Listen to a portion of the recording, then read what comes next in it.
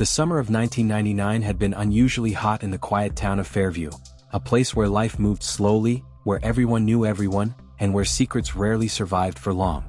But behind the neat rows of houses, manicured lawns, and white picket fences, something sinister was brewing, something that would soon shatter the town's sense of peace forever. It all started with a girl named Emily Carter. Emily was just 19 years old, a college freshman full of dreams. She was the kind of person who lit up a room when she walked in, bright eyes, easy smile, a kind of innocence that made people feel protective of her. Friends described her as fun, trustworthy, and almost too good for the world around her. But Emily had a weakness: she trusted too easily. And that trust would lead her straight into danger. On the evening of June 12th, Emily left her part-time shift at the diner. She waved goodbye to her co-workers, walked to her car, and promised she'd be back the next day. Nobody knew that this would be the last time anyone saw her alive. By midnight, panic began to spread. Emily hadn't returned home and she wasn't answering her phone. At first, her parents thought she might have gone out with friends. After all, it wasn't unusual for teenagers to keep secrets. But when dawn arrived and there was still no word from her, fear settled in. Her father called the police. Fairview wasn't the kind of place where girls just vanished. The police immediately launched a search. Flyers with Emily's picture went up around town. Friends, neighbors, and even strangers joined in, combing through woods, fields, and abandoned buildings. The entire community was desperate for answers. But Emily wasn't just missing. She had been taken. And the truth about what happened to her was darker than anyone in Fairview could have imagined. The investigation quickly revealed something chilling. Emily hadn't been alone that night. She had left work and driven to meet someone, a person she trusted. Witnesses later claimed they saw her car near the edge of town, parked under a broken streetlight, with another vehicle close by. That detail would become crucial. Police traced her last phone call. It wasn't to her parents or to a friend, but to a classmate she'd recently grown close to, Rachel Monroe. Rachel was charming, outgoing, and the complete opposite of Emily. Where Emily was soft and trusting, Rachel was bold and secretive. And though they were often seen together, many people whispered that Rachel had a dark side. At first, Rachel played the part of the worried friend. She cried in front of cameras, handed out missing person flyers, and told the police she had no idea what happened. But behind closed doors, detectives started noticing cracks in her story. The times didn't match up. Her version of events changed every time she repeated it.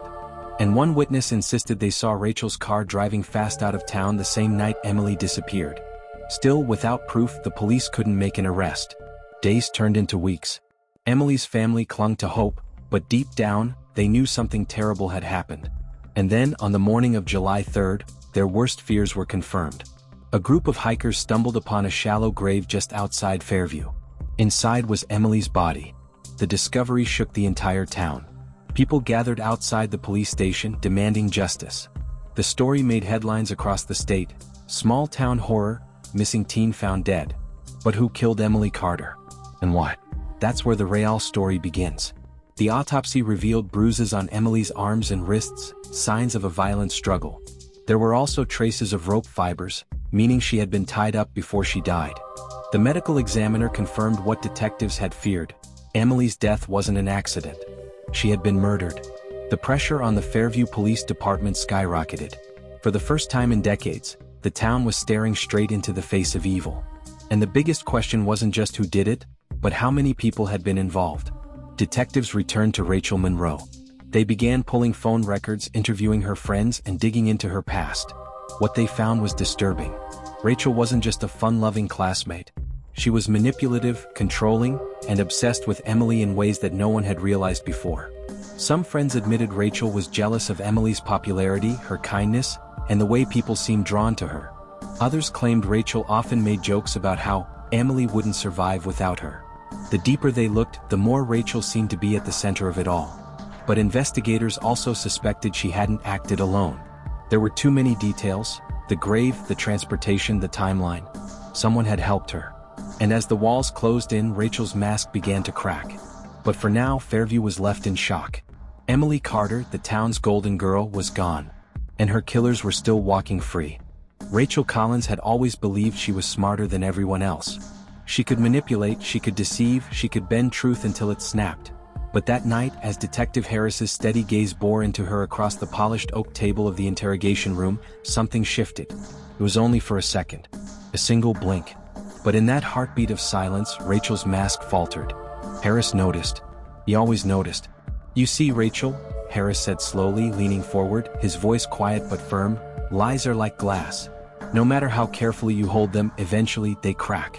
And I think you're about to shatter." Rachel tried to laugh, a dismissive chuckle that sounded too rehearsed. "Detective, I think you've been watching too many crime dramas. I told you, I don't know what happened to Emily." But her voice caught on Emily's name. Just a fraction of a second. Barely noticeable, except Harris caught it. And in that moment, Rachel knew her perfect game of control was slipping. Across town, Emily's parents sat in their dimly lit living room. Emily's mother, Caroline, clutched her daughter's photograph against her chest like it was her only lifeline. Her eyes were hollow, sleepless. Her husband, Richard, sat motionless beside her, his hand clenched so tightly around his coffee mug that his knuckles had gone white. "They need to do more," Caroline whispered. "They need to find her." Richard didn't answer, because in his gut, he already knew Emily wasn't coming home alive. Back in the interrogation room, Harris placed a photograph on the table. The dim overhead light reflected off the glossy paper. It was a picture of Emily, smiling, alive. "Do you remember this night, Rachel?" Harris asked. "Because witnesses saw you together. They saw the argument. They saw Emily leave right after you." Rachel's eyes locked on the photo, and for a fleeting second, her lips trembled. Harris leaned back, giving her space, letting the silence dig into her like a blade. Rachel forced herself to breathe. Her lawyer had told her silence was strength. But the silence here felt suffocating. Finally, she whispered, "Emily wasn't who you thought she was." Harris tilted his head. "Interesting. And who was she then?"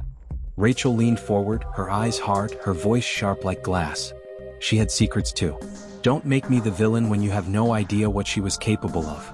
It was a clever deflection, Harris admitted silently. But he also knew, it wasn't about Emily's secrets. This was about Rachel's. And those secrets were slowly crawling to the surface, ready to destroy her carefully crafted facade. Meanwhile, in the forensics lab, new evidence was being pieced together. A single strand of blonde hair found in the backseat of Rachel's car. Mud on the floor mat that didn't match the Collins driveway, but did match the soil near the abandoned quarry outside town. And a text message recovered from Emily's broken phone. "Meet me tonight. Don't tell anyone. R." The timeline was closing in, the trap tightening. Back at the station, Harris re-entered the room with the evidence file in hand. He laid it on the table with deliberate calm. Rachel's eyes flickered toward it, her pupils dilating ever so slightly. Harris didn't even need to open it. He just smiled, faint but deadly. "You know what I have here, Rachel? Proof. Enough to make your mask collapse for good. The only question is, do you want to control how this ends, or do you want me to control it for you?" For the first time, Rachel didn't answer. She stared at him, her mind racing, and Harris saw it clearly: fear. The cracks were spreading. And soon Rachel's mask would fall apart completely. Rachel's silence felt like a scream echoing through the interrogation room. Detective Harris watched her carefully, her hands clasped too tightly on the table, her jaw shifting as if she were biting back words. For a woman who prided herself on control, this was the first sign of collapse. Finally, she whispered, almost too quietly to hear. "You don't understand. You think I'm the monster. But Emily wasn't innocent." Harris leaned forward, his voice low, deliberate. "Maybe she wasn't perfect. Nobody is. But she's not the one sitting here in this chair with evidence stacked against her. You are." Rachel's lips parted as though to argue, but her eyes darted to the file again. She couldn't hide it, she knew what was inside. The quarry, the hair, the text. Across town, the forensic team worked through the night. Mud samples matched exactly with the quarry's soil.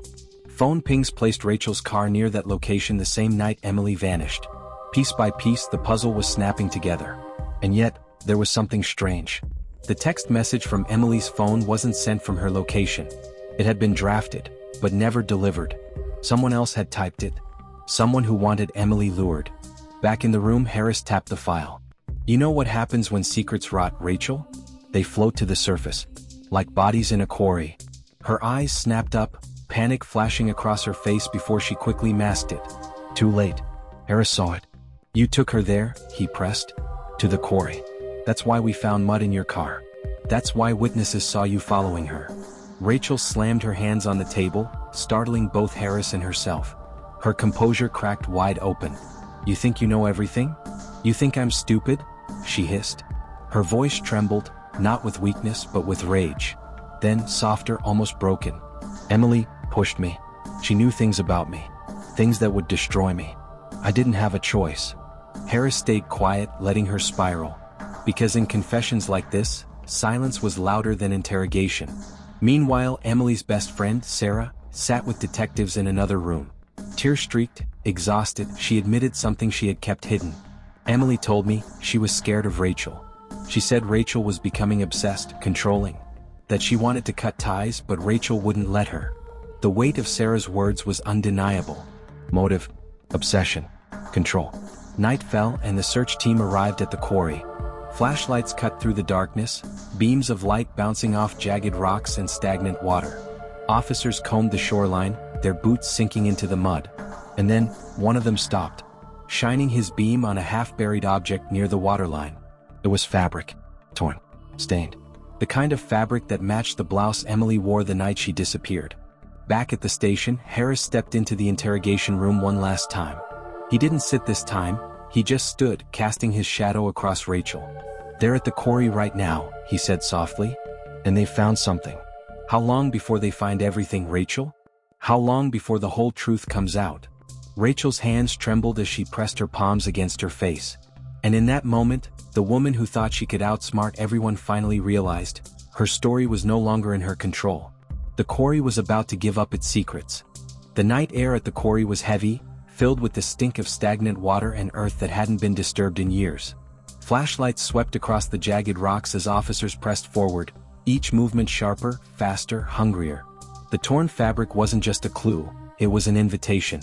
A whisper from the shadows of the quarry itself, daring them to dig deeper. One officer radioed in. "Possible clothing fragment. Looks consistent with victim's last known outfit. Requesting forensic bag." The object was sealed, photographed, and logged. But even as they worked, another officer noticed something else, strange depressions in the mud. Like someone had dragged something heavy toward the waterline. Back at the station, Detective Harris replayed Rachel's words over and over. "She knew things about me. Things that would destroy me." What could Emily have known that was so dangerous, so damning Rachel would risk everything to silence her? Harris wasn't sure yet, but he felt the answer wasn't just about obsession. It was about power. Control. Secrets buried not just in water and stone, but in Rachel's past. Meanwhile, Rachel sat alone in the holding cell, shadows pooling in the corners. Her face was pale, her hands restless, tugging at the hem of her sleeve like a child. For the first time she looked small. But inside her something churned. Not guilt, not fear. Something darker. She whispered to herself, voice low and cold. She wasn't supposed to fight back. By morning, the quarry gave up more than fabric. Divers combing the waters unearthed a chilling discovery, metal chains thick with rust and algae pulled from the depths. The weight of them told a story without words. Someone had intended to keep something down. Something that should never rise. The discovery tightened the noose around Rachel, but it also raised questions Harris couldn't ignore. Why chains? Why the attempt at permanence if Emily's body was still missing? Unless Emily's disappearance was only part of the story. When Sarah, Emily's best friend, heard about the chains, her knees nearly gave way. Between sobs, she whispered a single sentence to Harris. "She told me once." Rachel said the quarry was where secrets stayed dead. The detective's blood ran cold. Because that meant Emily wasn't Rachel's first secret. The evidence was piling. The quarry wasn't just a scene of crime, it was a graveyard of Rachel's past. And the deeper they dug, the clearer it became. Emily was only the latest victim of a darkness stretching far beyond what anyone imagined. And Rachel knew it. Which is why she sat in her cell, rocking gently, a ghost of a smile touching her lips. She wasn't afraid of what they'd find. She was afraid of what they hadn't found yet. The quarry refused to stay silent. By dawn, forensic teams combed every inch of its banks, their boots sinking into mud, flashlights flickering against jagged walls. Divers went back down into the black water.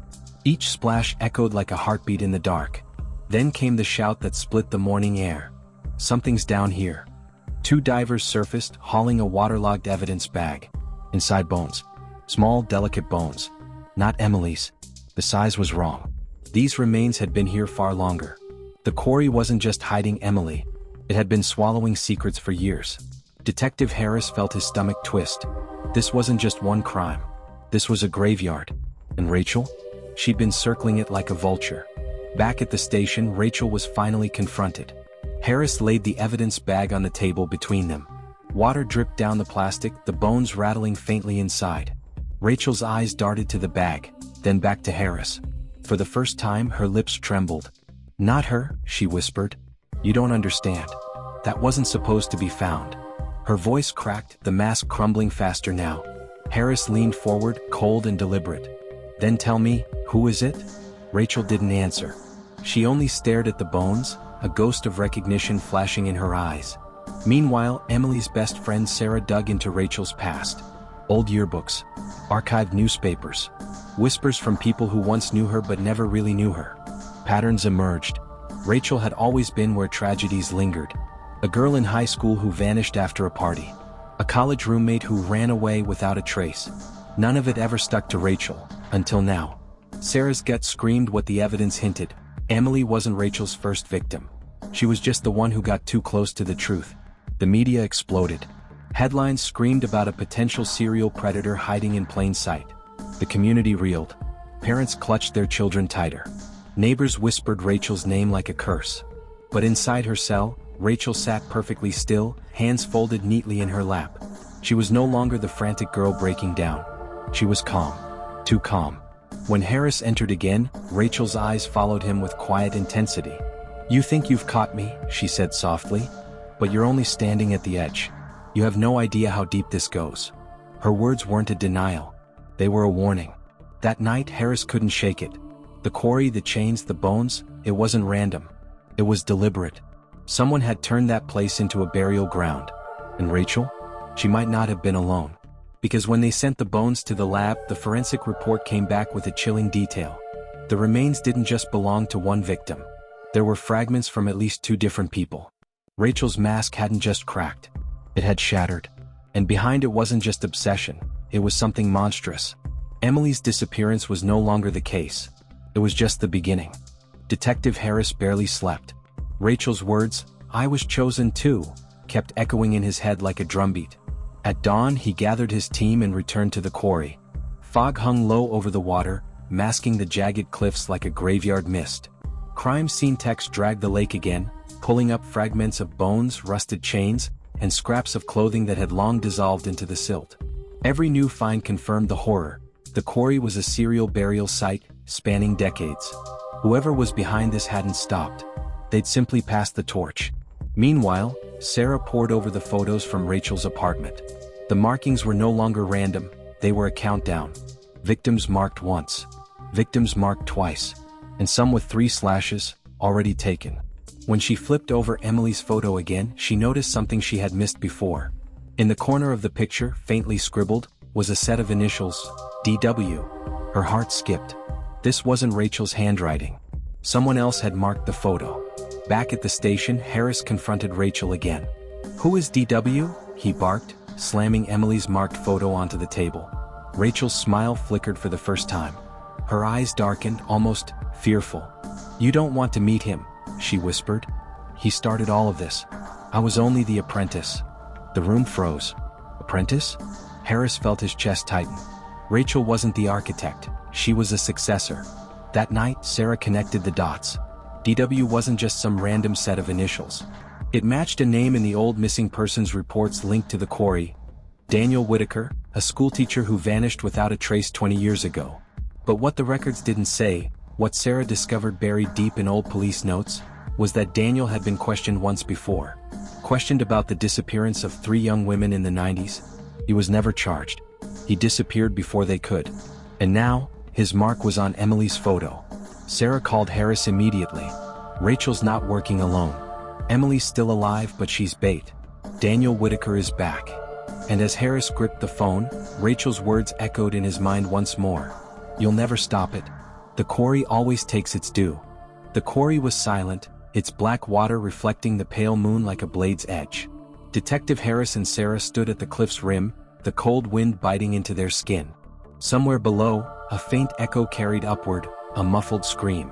Emily. They didn't wait for backup. Harris grabbed a flashlight, Sarah her sidearm, and together they descended the jagged path. Every step down felt like entering a tomb. The air grew colder, heavier, as if the quarry itself was holding its breath. At the bottom, a faint lantern glow flickered in the cavern cut into the rock. They pushed forward, guns raised. Inside, the scene was nightmarish. Chains bolted into stone. Bloodstains that had turned black with age. And in the center, Emily tied to a rusted chair, her eyes wide with terror. But she wasn't alone. From the shadows stepped a man in his late 50s, tall and gaunt, his face carved with lines of age and madness. His eyes gleamed with a zealot's fire. Daniel Whitaker. "Welcome," he rasped, his voice both calm and chilling. "You've come to witness the quarry's judgment." Rachel's words suddenly made sense. Apprentice. She had only carried his torch, but the master had returned to finish what he started. Harris raised his weapon. "Step away from her, Daniel." Daniel smiled, almost pitying. "You think this is about her? No. This quarry is eternal. It feeds. It takes." Rachel understood. She was the best of them until you broke her. He stepped closer, holding up a jagged hunting knife, its blade catching the lantern light. Emily whimpered. Sarah's voice cut through the darkness. "Why Emily? Why her?" Daniel tilted his head. "Because she was marked. Because she belonged here. Just like the others." He moved toward Emily. The next seconds erupted in chaos. Harris lunged, tackling Daniel against the stone wall. The knife clattered to the floor, sparks flying. Daniel fought like a man possessed, his wiry strength terrifying in its desperation. Sarah rushed to Emily, cutting through the ropes. "Hold still, I've got you." But Daniel broke free, snatching Harris's gun in the struggle. He spun, aiming at Sarah. Time froze. A gunshot split the cavern. Daniel staggered back, a red bloom spreading across his chest. His eyes widened, not in fear but in almost disappointment. As he fell, his final words rasped into the air. "You can't stop it. The quarry will always take." His body hit the stone floor with a sickening thud. Emily sobbed into Sarah's arms, shaking, alive but broken. Harris stood over Daniel's lifeless body, chest heaving, knowing deep down it wasn't over. Because the quarry wasn't just a place, it was a legacy. And men like Daniel Whitaker always found someone to carry it forward. As dawn broke over the cliffs, painting the jagged rock in blood-red light, Harris whispered under his breath, "This isn't the end. Just the next chapter." And somewhere, in the silence of the quarry, it felt as if something dark was still listening.